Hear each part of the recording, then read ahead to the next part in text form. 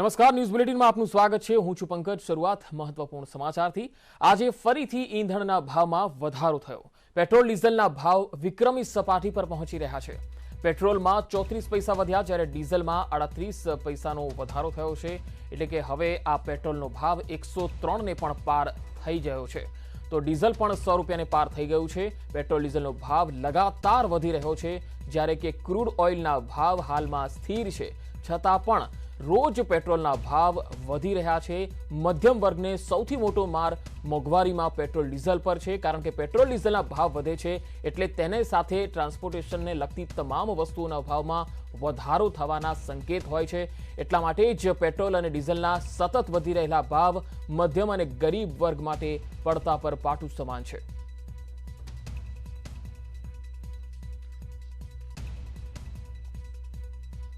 તો આ તરફ સીએનજી ગેસના ભાવ વધારા સામે રિક્ષા ચાલકોએ પણ હવે બાયો ચડાવી છે, કારણ કે સીએનજી ગેસના ભાવમાં પણ સતત વધારો થઈ રહ્યો છે। આ ભાવો વધવાથી રિક્ષા ચાલકો પણ મુશ્કેલીમાં મુકાયા છે। એક અઠવાડિયામાં 5 રૂપિયા અને 19 પૈસા વધી ગયા। સીએનજીના ભાવ વધવાથી રિક્ષા ચાલકોએ વિરોધ નોંધાવ્યો છે। અમદાવાદ રિક્ષા ચાલક એકતા યુનિયનની જાહેરાત। સોમવારે એટલે કે કાલે કમિશનર પાસે મંજૂરી માંગવા જશે। ભાવ વધારો પાછો નહીં ખેંચાય તો જાહેર સભા યોજાશે અને ભૂખ હડતાળ, ધરણા અને રેલીનું પણ આયોજન કરાશે। ઉગ્ર આંદોલનની ચીમકી આપવામાં આવી રહી છે।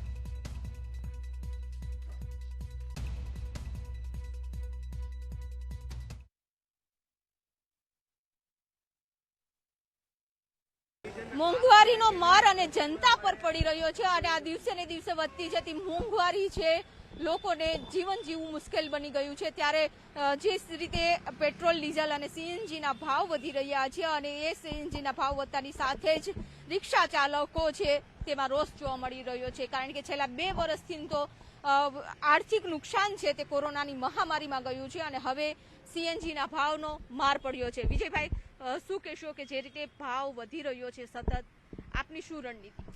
છેલ્લા અઠવાડિયા 10 દાડાની અંદર 5 રૂપિયા 19 પૈસાનો જે વધારો કર્યો એ અસહ્ય છે। રિક્ષા ચાલકોની કમર તોડી નાખી છે। તો આ અસહ્ય ભાવ વધારાનો અમે સખ્ત શબ્દોમાં વિરોધ કરીએ છીએ અને સરકારને વખતો વખત અમે આ બાબતે જાણ કરતા હોઈએ છીએ, પણ સરકાર તરફથી કોઈ અભિપ્રાય આવતો નથી।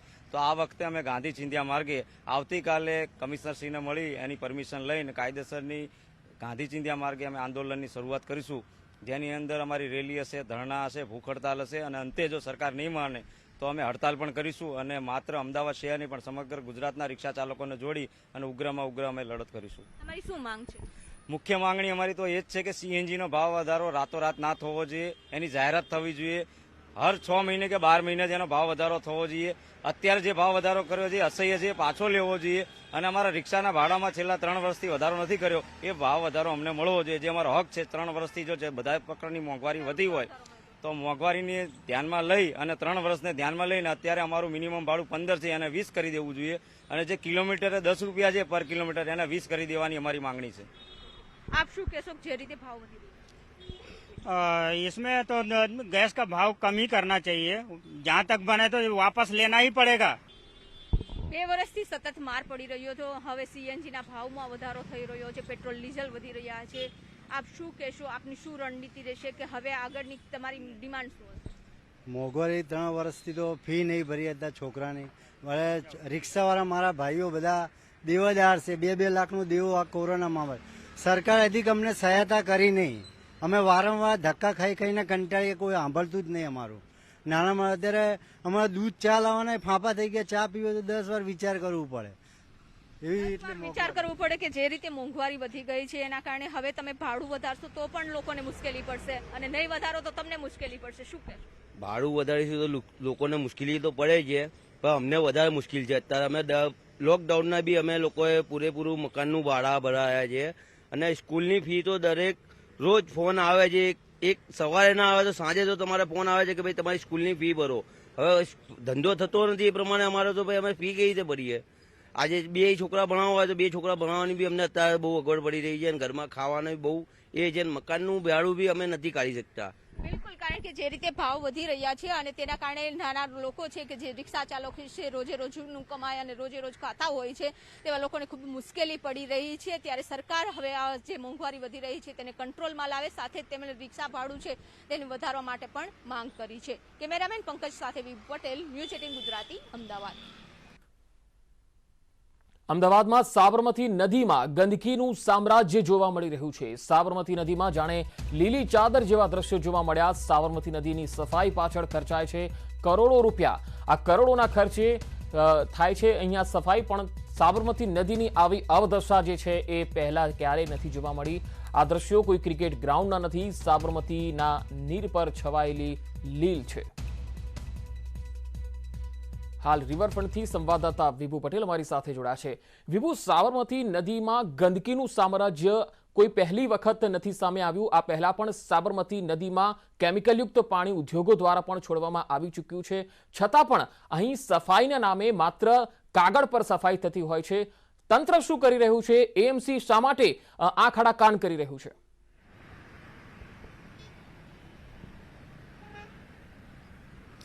પંકજ, રિવરફ્રન્ટ ડેવલપમેન્ટ માટે કરોડો રૂપિયા છે ખર્ચ કરવામાં આવે છે, સાથે નદીની સફાઈ કરવા માટે પણ કરોડો રૂપિયાનો ખર્ચ કરવામાં આવે છે. દ્રશ્યો આપને અત્યારે બતાવવા માંગીશ કે આ સાબરમતી નદીના છે, કોઈ ગાર્ડન કે ક્રિકેટ ગ્રાઉન્ડના નથી. આ આખી સાબરમતી નદી છે અને સાબરમતી નદીના આ દ્રશ્યો જોઈ શકો છો કે કરોડો રૂપિયાના ખર્ચ કર્યા બાદ પણ કેટલી ગંદકી છે. જાણે સાબરમતી નદીએ હરિયાળી એક ચાદર ઓઢી લીધી હોય તેવા દ્રશ્યો છે તે કેમેરામાં કેદ થઈ રહ્યા છે. આ વિસ્તાર છે કે જ્યાં આરટીઓ નો જે બ્રિજ છે ત્યાંથી ઇન્દિરા જે બ્રિજ છે વચ્ચેનો આ સાબરમતીનો નદી કિનારો છે અને ત્યાં આખી નીલ છે તે જોવા મળી રહી છે. સાબરમતીની સફાઈ કરવા માટે કરોડો રૂપિયાનો ખર્ચ કરવામાં આવે છે, લાખો રૂપિયાના મશીન લેવામાં આવે છે. અને કેમેરામેન પંકજને પણ કહીશ કે સામેથી જ આપ જોઈ શકો છો કે કેમિકલનું પાણી પણ નીકળી રહ્યું છે, ગંદકીવાળું પાણી પણ છે તે સાબરમતી નદીમાં પડી રહ્યું છે. સાબરમતીની સફાઈ ત્યારે જ કરવામાં આવે છે કે જ્યારે કોઈ વીઆઈપી લોકો છે વિઝિટ કરવાના હોય છે, સી પ્લેન ઉડાડવાનું હોય છે, ક્રૂઝ ચલાવવાનું હોય છે, ત્યારે જ માત્ર ને માત્ર દેખાડો પૂરતું સફાઈ કરવામાં આવે છે. અને આ સફાઈ છે તે કાગળ ઉપર રહી ગઈ હોય તેવા દ્રશ્યો છે તે અત્યારે કેમેરામાં કેદ થઈ રહ્યા છે. અને આખી ગંદકીની છે તે સાબરમતી નદીમાં જોવા મળી રહી છે. પંકજ, હર વખત છે ન્યૂઝ 18 દ્વારા પણ અહેવાલ પ્રસારિત કરવામાં આવ્યો છે કે કેમિકલના પાણી પણ આમાં ઉમેરાય છે. અને અત્યારે આપ જોઈ શકો છો કે આ ગટરના પાણી છે તે સાબરમતી નદીમાં છે ઉમેરાઈ રહ્યા છે અને સાબરમતી નદીને ગંદકી કરવામાં આવી રહી છે સાબરમતી નદીમાં. તેમ છતાં પણ તંત્ર છે હજી ઊંઘી રહ્યું છે. રિવરફ્રન્ટ ડેવલપમેન્ટ દ્વારા પણ કશું કરવામાં નથી આવતું અને અમદાવાદ મ્યુનિસિપલ કોર્પોરેશન દ્વારા પણ કશી પગલાં છે તે લેવામાં નથી આવતા અને તેના જ કારણે હવે દિવસે ને દિવસે સાબરમતી નદી છે તેમાં ગંદકી વધી રહી છે. અને આ દ્રશ્યો સાબિતી પૂરી રહ્યા છે કે કરોડોના ખર્ચ કર્યા બાદ પણ સાબરમતી નદીની હાલત શું છે. જી વિભુ, આભાર સમગ્ર માહિતી આપવા માટે. તો અમદાવાદ સાબરમતી નદીમાં ગંદકી કેટલી હદે વધી ગઈ છે, લીલનું સામ્રાજ્ય ચારે તરફ છવાયેલું છે અને કરોડો રૂપિયા ખર્ચવામાં આવે છે સાબરમતી નદીની સફાઈના નામે, પણ અત્યારે આ સાબરમતી નદી કેટલી ગંદકીથી ખદબદી રહી છે એ આપ જોઈ રહ્યા છો. એએમસી તરફથી આ અંગે કાર્યવાહી થવી જોઈએ, કારણ કે જ્યારે કોઈ મહેમાન આવે છે, કોઈ વીવીઆઈપી આવે છે, ત્યારે તાત્કાલિક ધોરણે નદીની સફાઈ થાય છે અને ત્યાર પછી પડદો પાડી દેવામાં આવે છે અને ગંદકી આખું વર્ષ સાબરમતી નદીમાં થતી હોય છે. ન માત્ર આ લીલનું સામ્રાજ્ય તમે જોઈ રહ્યા છો, પરંતુ કેમિકલયુક્ત પાણી પણ નદીમાં છોડવામાં આવતું રહ્યું છે. તેના ઉપર પણ આંખ આડા કાન થતા હોય છે. આ બાબતને પણ એએમસીએ ગંભીરતાથી લેવી જ જોઈએ.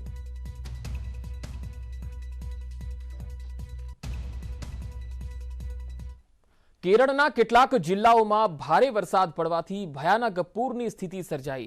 આ ઉપરાંત ભૂસ્ખલનની ઘટના પણ બની. વરસાદી અકસ્માતોના કારણે 6 લોકોના મૃત્યુ થયા છે. આ સિવાય 12 જેટલા લોકો લાપતા બનતા તેમને શોધવાની કવાયત હાથ ધરવામાં આવી. રાહત કામગીરી માટે રાજ્ય સરકારે સૈન્યની મદદ લીધી છે. કેરળના કોટ્ટાયમ, ઇડુક્કી સહિતના 5 જિલ્લામાં ભારે વરસાદ ખાબક્યો. હજુ પણ અતિ ભારે વરસાદની આગાહી છે. ભારે વરસાદ પડવાથી કોટ્ટાયમ અને ઇડુક્કીમાં પૂર પ્રકોપ સર્જાયો છે. અસંખ્ય લોકોના ઘરોમાં પાણી ઘૂસી ગયા. કોટ્ટાયમ જિલ્લામાં 60 લોકો ભયાનક પૂરમાં ફસાઈ ગયા હોવાથી તેમને સલામત રીતે બહાર કાઢવાનું ઓપરેશન હાથ ધરાયું. રાજ્ય સરકારે બચાવ કામગીરી માટે એરફોર્સ અને સૈન્યની મદદ લીધી હતી.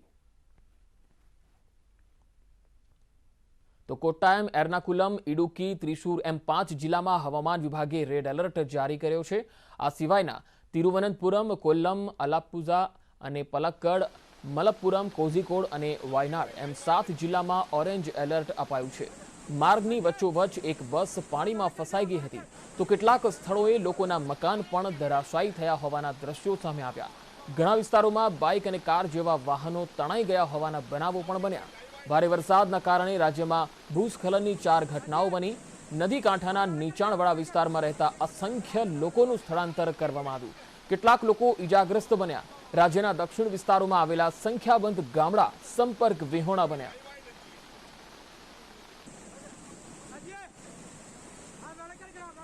તો ઘણા જિલ્લાની સ્થિતિ ખૂબ જ ગંભીર છે, પરંતુ તમામને સલામત સ્થળે ખસેડવાની પ્રક્રિયા યુદ્ધના ધોરણે શરૂ કરવામાં આવી છે. આર્મી અને એરફોર્સના જવાનોની મદદ મળી ગઈ હોવાથી સ્થિતિ હવે કાબૂમાં છે.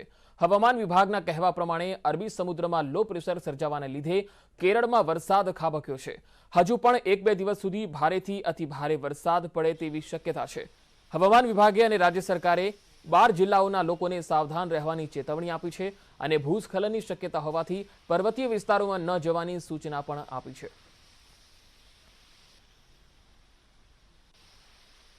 પંચમહાલ જિલ્લાના વાતાવરણમાં પલટો આવ્યો. વહેલી સવારથી જ વાદળછાયું વાતાવરણ છે. ઠંડી, ગરમી અને વરસાદી એમ ત્રેવડી ઋતુનો અહેસાસ થઈ રહ્યો છે. 2 દિવસથી ગરમી અને રાત્રે ઠંડીનું વાતાવરણ જોવા મળી રહ્યું છે. ગોધરામાં વહેલી સવારે અમી છાંટણા પણ થયા.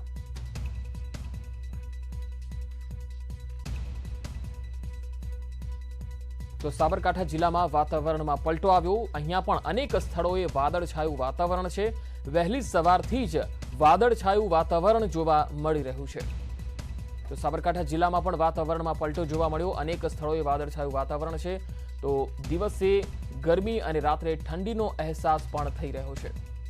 છેલ્લા 2 દિવસથી આ પ્રકારનું વાતાવરણ અનેક શહેરોમાં નાગરિકો અનુભવી રહ્યા છે. તો આ તરફ રાજ્યમાં ઉત્તર અને ઉત્તર પૂર્વના પવનો ફૂંકાઈ રહ્યા છે. રાજ્યમાં બેવડી ઋતુનો અનુભવ થઈ રહ્યો છે. વહેલી સવારે ઠંડી, બપોરે ગરમીનો અહેસાસ થઈ રહ્યો છે. તો નવેમ્બર મહિનામાં લઘુત્તમ તાપમાન સામાન્ય રહેશે એવી આગાહી છે. તો ડિસેમ્બર અને જાન્યુઆરી મહિનામાં લઘુત્તમ તાપમાન ગગડશે. તો રાજ્યમાં ઉત્તર અને ઉત્તર પૂર્વના પવનો ફૂંકાઈ રહ્યા છે, જેના પગલે અત્યારે બેવડી ઋતુનો અહેસાસ થઈ રહ્યો છે. વહેલી સવારે ઠંડી અને બપોરે ગરમીનો અનુભવ થઈ રહ્યો છે. નવેમ્બર મહિનામાં લઘુત્તમ તાપમાન સામાન્ય રહેશે. આગળ વધુ સમાચારો પર નજર કરીશું. હાલ રોકાઈશું બ્રેક બાદ આગળ વાત દ્વારકાની. દ્વારકા જિલ્લાના ખંભાળિયામાં પોલીસ કર્મી પર સગીર બાળકોને માર્યાનો આરોપ લાગ્યો છે. ખંભાળિયા સ્ટેશનમાં ફરજ બજાવતા 2 પોલીસ કર્મીઓ દારૂના નશામાં ધૂત થઈને 2 સગીર બાળકોને માર્યો હોવાનો આરોપ. પોલીસ કર્મીઓની ગાડી એક્ટિવાને અથડાતા સાઈડમાં ઉભેલા નિર્દોષ સગીર બાળકોને મારવા લાગ્યા. પોલીસ કર્મીઓનો નશાની હાલતમાં મારતો આ વિડીયો સોશિયલ મીડિયા પર વાયરલ થઈ રહ્યો છે. બાળકોના પરિવારજનોએ આરોપી પોલીસ કર્મીઓ વિરુદ્ધ ફરિયાદ નોંધાવી છે.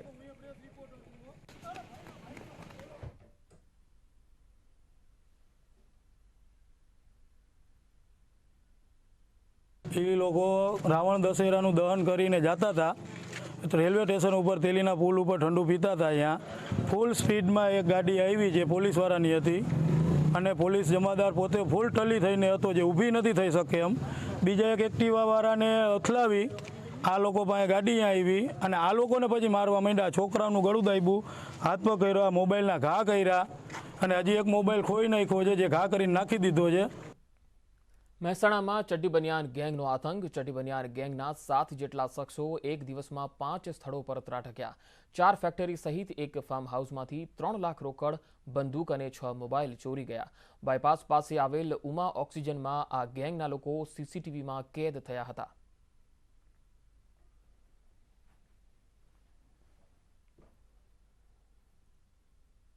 બે વર્ષ પછી ટૂર સંચાલકો માટે સાચી દિવાળી આવી છે. કોરોનાને કારણે સૌથી વધુ અસર પ્રવાસન ઉદ્યોગ પર પડી. 2 વર્ષથી વિવિધ નીતિ નિયમોના કારણે પ્રવાસન ઉદ્યોગમાં ભારે મંદી હતી. જો કે આ વર્ષે કોરોના ગાઈડલાઈન હળવી થતાં પ્રવાસીઓનો ધસારો વધી રહ્યો છે. દિવાળીમાં વિવિધ જગ્યાએ ફરવા જવા માટે અત્યારથી જ બુકિંગ પેક થવા લાગ્યું છે. ટૂર ટ્રાવેલ સંચાલકો પાસે થયેલા બુકિંગ અનુસાર કાશ્મીર જવા માટેના બુકિંગ સૌથી વધારે છે, તો આંતરરાષ્ટ્રીય ક્ષેત્રે દુબઈનો ક્રેઝ સૌથી વધારે છે. સામાન્ય દિવસોમાં અમદાવાદથી દિલ્હીની ફ્લાઇટનું ભાડું 2500થી 3000 હોય છે, જે તહેવારની સિઝનમાં વધીને 5,500 થી 6,000 જેટલું પહોંચી ગયું છે. ખાસ ફ્લાઇટનું ભાડું તો 10,000ને પણ પાર થઈ ગયું છે. ટૂર સંચાલકોના મતે પેટ્રોલ ડીઝલના ભાવોમાં વધારાને કારણે લોકોને પ્રવાસથી લઈ વતન જવું પણ મોંઘું પડશે.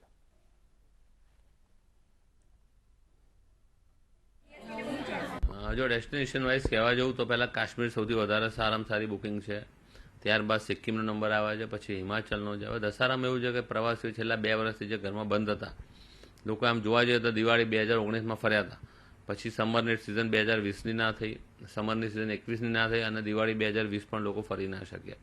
એટલે આ ફેરી એટલી બધી ઇન્ક્વાયરી છે ને એટલો બધો રશ છે કે આ બધા ડેસ્ટિનેશનમાં ઘણી ખરી મોટાભાગની હોટલો સોલ્ડ આઉટ થઈ ગઈ છે.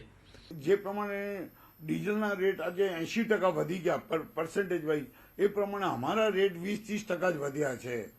તો અમારા માટે આ ડીઝલ એટલી બધી મોટી ડીઝલના રેટ એટલા બધા પ્રોબ્લેમ છે કે આ ઇન્ડસ્ટ્રીને કઈ રીતે રાખવી, બનાવી રાખવી અથવા ચલાવવી બહુ મુશ્કેલી છે અમારા માટે. ગીરના સિંહોનું વેકેશન પૂર્ણ થતાં જ પ્રવાસીઓ ફરીથી સિંહ દર્શન માટે ઉમટ્યા છે. દિવાળી વેકેશન નજીક છે ત્યારે સાવજના દર્શન માટે ગીરના પ્રવાસી જવા ઓનલાઈન બુકિંગ પણ વધ્યું છે. વેકેશનમાં પ્રવાસીઓ સિંહ દર્શન કરી શકે એ માટે એડવાન્સ પરમિટ બુકિંગની શરૂઆત પણ કરવામાં આવી છે. જૂનાગઢના ગીર અભયારણ્યમાં પ્રથમ દિવસે સિંહ દર્શન માટે પ્રવાસીઓની ભીડ જોવા મળી. પ્રથમ દિવસે જ 150થી વધારે પ્રવાસીઓએ બુકિંગ કરાવ્યું. 16 જૂનથી 15 ઓક્ટોબર સુધી અભયારણ્ય બંધ રહ્યું હતું, પરંતુ ફરી સિંહ દર્શન શરૂ થતાં પ્રવાસીઓમાં ઉત્સાહ જોવા મળ્યો. સિંહ દર્શનનો લહાવો લેવા આવતા પ્રવાસીઓએ ખૂબ જ આનંદ વ્યક્ત કર્યો. સાથે દિવાળીની રજાઓમાં સિંહ દર્શનની મજા માણવા સહેલાણીઓ એડવાન્સ બુકિંગ કરી રહ્યા છે. દિવાળીના તહેવારમાં વધુ પ્રવાસીઓ ઉમટે તેવો અંદાજ છે. હાલ તો ગીર પંથકમાં સારા વરસાદ બાદ અભયારણ્યમાં 16 કળાએ ખીલેલી પ્રકૃતિ વચ્ચે પ્રવાસીઓ સિંહ દર્શનનો આનંદ લઈ રહ્યા છે. ફૂલ ગુલાબી ઠંડી વચ્ચે ગીરના જંગલમાં પ્રવાસીઓમાં અનેરો ઉત્સાહ જોવા મળ્યો. સાસણગીરની પ્રથમ મુલાકાત લેનાર મુંબઈના પરિવારે પણ ખુશી વ્યક્ત કરી. દિવસ દરમિયાન વન વિભાગ દ્વારા 150 પરમિટ ઇસ્યુ કરવામાં આવે છે. કોરોનાનું સંક્રમણ ઓછું થતાં સિંહ દર્શન માટે પ્રવાસીઓમાં ભારે આનંદ જોવા મળ્યો.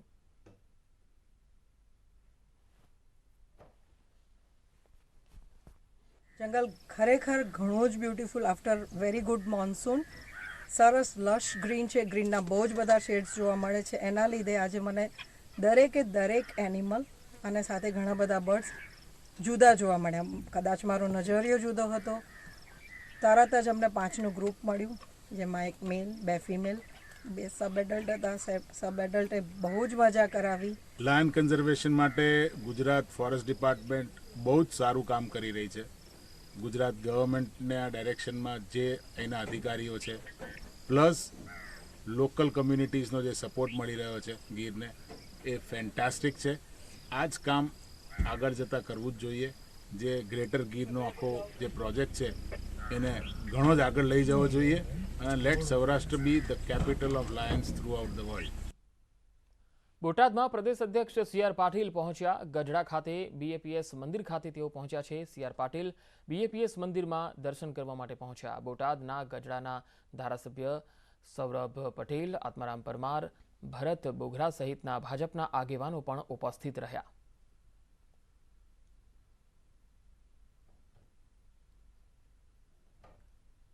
તો બોટાદના ગઢડા ખાતે બીએપીએસ સ્વામિનારાયણ મંદિર ખાતે દર્શનાર્થે પહોંચ્યા સી.આર. પાટીલ. તેમની સાથે બોટાદ ગઢડાના ધારાસભ્ય સહિતના મહાનુભાવો ઉપસ્થિત રહ્યા. સુરેન્દ્રનગરમાં લીંબડીના પાણશીંગા ગામે દશેરાની જગ્યાએ 11 દશેરાની અનોખી ઉજવણી કરવામાં આવે છે. તેમાં રાવણ દહનની જગ્યાએ નાટ્યાત્મક રીતે રાવણ વધ કરવામાં આવે છે. રાવણ અને રામ વચ્ચેના યુદ્ધનું દ્રશ્ય ઊભું કરવામાં આવે છે. રામ, લક્ષ્મણ અને રાવણ વચ્ચે લાકડી વડે યુદ્ધ ખેલાય છે અને છેલ્લે રાવણનો વધ કરવામાં આવે છે. પાણશીંગા ગામ ખાતે આ પરંપરા અંદાજે 100 વર્ષ કરતાં પણ વધુ સમયથી ચાલતી આવે છે. રાવણ વધના આ નાટ્ય રૂપાંતરને જોવા મોટી સંખ્યામાં લોકો ઉમટે છે. અનોખી રીતે ઉજવાતો દશેરાનો પર્વ પ્રકૃતિના રક્ષણ માટેનો પણ સંદેશ પાઠવે છે.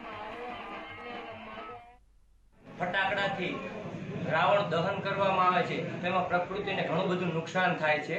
તો સારા પર્પઝથી અમારા બધા વડીલોએ આ 100 વર્ષથી ચાલી આવતી આ પરંપરા છે, એમાં નાટ્યાત્મક રૂપાંતર કરી અને રામ અને રાવણને એને સામે લાવી અને રાવણનું હનન કરવામાં આવે છે. તો આ બુલેટિનમાં અત્યારે આટલું જ. નમસ્કાર.